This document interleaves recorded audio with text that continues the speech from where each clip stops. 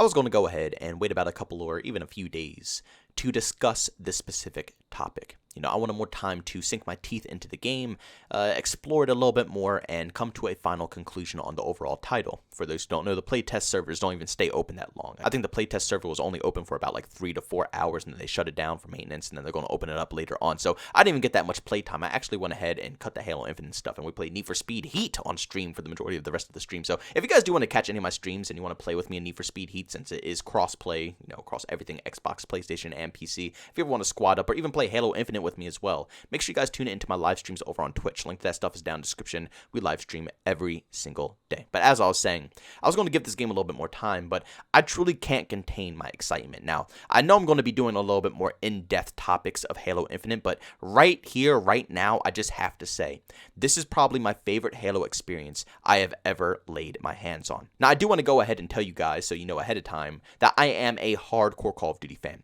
I have never really been too into the Halo franchise, and when I did play Halo, it was during Halo 3, but I never played Halo 2, Halo 1, Halo 4. I played a little bit of Halo 4, but not too much. Halo 5, Halo Reach, none of those titles. I'm not that hardcore of a Halo guy. So coming from a gaming background such as mine, you can tell that Halo isn't really the first game that I would gravitate towards. They're two completely different beasts. Call of Duty is about a lot of solo gameplay, going off on your own streaks, not too much objective. I mean, the majority of the time that you hop into a domination game, nobody even wants to go for the B flag. Everybody's doing their own thing. There's not much teamwork. That's what Call of Duty is all about. Extremely fast time to kill. And then you go over to Halo, which is extremely long time to kill. Super team-based. It's also very objective-based. It's weapon-based as well, since it's an arena shooter. And arena shooters have a lot of power weapons scattered across the map that you have to actually fight for. There's a lot of elements in Halo that kind of push away Call of Duty fans because, like I said, it's a completely different beast. And that's why I was never able to sink my teeth into the Halo franchise, because every time I hopped on, I couldn't take it too serious. You know what I'm saying? It just felt, how can I say, spongy, a little floaty. That's just how Halo was during the early days. Now, I can't really compare it to Halo 4 and Halo 5 because, like I said, I wasn't too hardcore. I never really played it that often. But back in Halo 3, phenomenal game. Don't get me wrong. I can still go back to Halo 3 and play it right now. I love the game. But you can't deny, coming from a Call of Duty game and then going over to Halo 3, the two are just so different, and I can understand why a typical Call of Duty player refuses to even try out a Halo game. But when I say Halo Infinite is that game, I am being dead serious. The gunplay in this title is phenomenal. All the weapons feel like they click, they all feel very responsive, and they all feel outstanding. Between all the power weapons, the AR, the bursts, the pistols, everything is just on point. The bullets feel like they connect, and every kill just feels so satisfying. And I know a lot of people are still going to say it's a very long time to kill, which it is. It's Halo. That's just how this game is supposed to be played. It has a beefy time to kill to encourage people to play in groups, so you have team battles, which, you're supposed to be 2v1ing people, not trying to 1v3 a whole team. It's not going to work that way in Halo games. That's why they have that time to kill, to enforce teamwork. But in Halo Infinite, it's crazy because it doesn't feel like everybody is an absolute bullet sponge. It's almost like a perfect in-between like Black Ops 4. It's spongy enough that you have to have good accuracy to kill someone, but it's not too spongy that you're going to be sitting there unloading multiple clips into enemies. I mean, with the basic AR, it takes like 2 mags sometimes to kill an enemy. In this game right here, it's like half a mag with the basic AR, and you can already get a kill. It feels so satisfying and rewarding, and also they stay true to what Halo is about. Again, I understand coming from an outside world like myself, from a Call of Duty and Battlefield viewpoint, I can't really tell you guys, a lot of hardcore Halo fans, how your game is supposed to be. But hearing a lot of the hardcore Halo community come out and say this is one of the best titles ever, I could truly see what they're coming to say here. Even though this might piss off a lot of people, I personally think Halo Infinite is a better version of Halo 3. I loved Halo 3 all around. Between the map designs, the movement of the actual game, it was just phenomenal, outstanding. But the one thing that always pushed me a little far away was just the hit detection and the way the weapons felt. I just couldn't get used to it. And even though I did get better to the point where I could start topping lobbies every once in a while, it still just felt so inconsistent, and I just didn't enjoy that. Again, coming from Battlefield games, Call of Duty games, where everything's very responsive, very quick, it's hard to go from that and then transfer over to Halo 3, which felt a little bit more spongier, a little bit more floatier. But again, everybody has their own personal takes, and I know Halo 3 is probably one of the best Halo games out there for the whole community. And again, for me personally, I sense so much Halo 3 in this game, but it's just perfected. They changed the whole gunplay system and also added in so many different unique features as well, like grappling hooks and also the mantling system, which I believe was already in Halo 5, but again, I never played that because it wasn't on PC or anything like that, so I didn't get a chance. But they added mantling, the grappling hooks, advanced movements such as, sprinting and stuff like that, sliding, which isn't completely stupid like it was in World War III where it doesn't seem like it fits or belongs.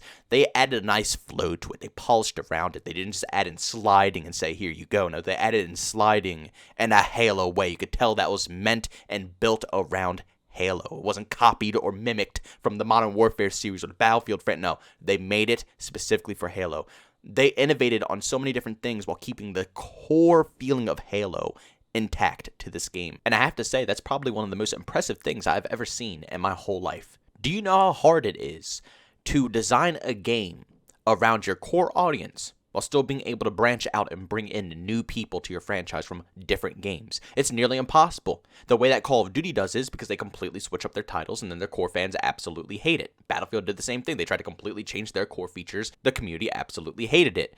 Every time a development team tries to do the best of both worlds for new players and for their core experienced players, it never turns out good. And here we are with Halo Infinite, a perfect in-between. They're able to bring back the life of Halo, what everybody loved about this franchise, and at the same time innovate on it, add enough new content to it to still allow it to be fresh and unique and bring in new players. Like I said, I'm a hardcore Call of Duty fan, okay?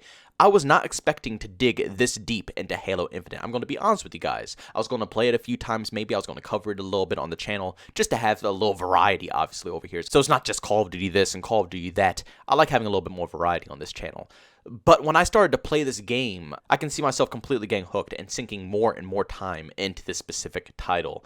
If you're a Call of Duty fan, I know this is probably a stretch to tell you this, but I would highly suggest giving Halo Infinite a try. It's going to be a massive learning curve. It's still nothing like Call of Duty, and it's Halo. So if you don't enjoy Halo, there's still a major chance that you won't enjoy this specific game here. But I gotta say, the innovations to this game, along with the gunplay, again, I'm a massive gunplay guy. That's why, for example, in my past video that I made about World War III, I don't really care for the game anymore. The gunplay was absolutely amazing, and I loved the early build, but then they completely changed the gunplay for the second build, and then my love for the game kind of died out. Gunplay is crucial for the success of these titles, for me personally. Again, it's not for everybody. Gunplay isn't the biggest thing. Some people like graphics more, some people like a story more. I like the gunplay of the title, and Halo Infinite freaking nails it. It's perfect. But with that being said, I'm going to grind this game all weekend long. Like I said, if you guys want to catch me playing this game, or if you want to squad up with me if you're on PC, or even if you want to play Need for Speed with me after the servers go offline and stuff like that, then by all means, check out my live streams over on Twitch. Again, link to that stuff is down in the description. But I'm going to grind the living hell out of this game. What I played in the initial first 4 hours of playtime for myself, I have completely fell in love, and I'm going to sink in so much time into this universe that they're trying to create here for Halo Infinite. This is going to be a fantastic year here, ladies and gentlemen. We have so many different titles coming out, and honestly, it's a perfect time to be a content creator. Again, I know people get so angry at me when all I do is talk about one thing, Call of Duty, Call of Duty, Call of Duty. But you have to understand, for me personally and for my channel, Call of Duty, they're always the most consistent when it comes to content, releasing games. Obviously, it's every single year, and they always have the most news revolving around their title. Different games like Battlefield, Halo, Gears of War, all these different titles out there, they have massive breaks. It's like 2-3 years in between different games. They don't have any new news or anything going on in their titles, so it's not much to talk about, not much to discuss, not much to make content about. But here we are with like 3-4 big dogs coming into the gaming scene. I'm going to be talking about absolutely everything. So if you guys are very interested to hear my opinion about a bunch of different FPS games, which I absolutely love FPS games. I love dissecting them and figuring out the best way to play them. So if you want to hear my opinion across the board about Vanguard, Battlefield 2042, Halo Infinite, X-Defiant, all these different games, make sure you guys subscribe to this channel. Like I said, hit the bell notification button, and you'll get notified on my daily upload schedule. But ladies and gentlemen, thank you so much for tuning into this video. Make sure you leave your opinions down below in the comment section. Have you guys played Halo Infinite yet? Have you tried it out? Do you guys think it's a good game? Do you think it's a bad game? What are you playing on? PC, console? And how's the performance on each one? For me personally, I gotta say Halo Infinite has a few problems on PC, but overall, if you remember it's a tech test, it's not too big of an issue. By the time this game releases, everything's going to be polished off, and if these are all the problems that are in this game right now, then launch is going to be very, very, very smooth. I'm more concerned to see what Battlefield 2042's beta is going to be like. But guys, thank you so much for tuning in this video. If you enjoyed it, make sure to leave a like button. If you hate it, leave a dislike. Also, if you're brand new and you enjoy the content, don't forget to subscribe and hit that notification button. Also, you want to chat with me, there's two ways to do so, for Twitter and Discord. Both those links are down in the description. And also, when you catch me live stream some video games I do over on Twitch, I'll link that in the description as well. But guys, thanks so much for tuning in. See you on the next one. Peace out.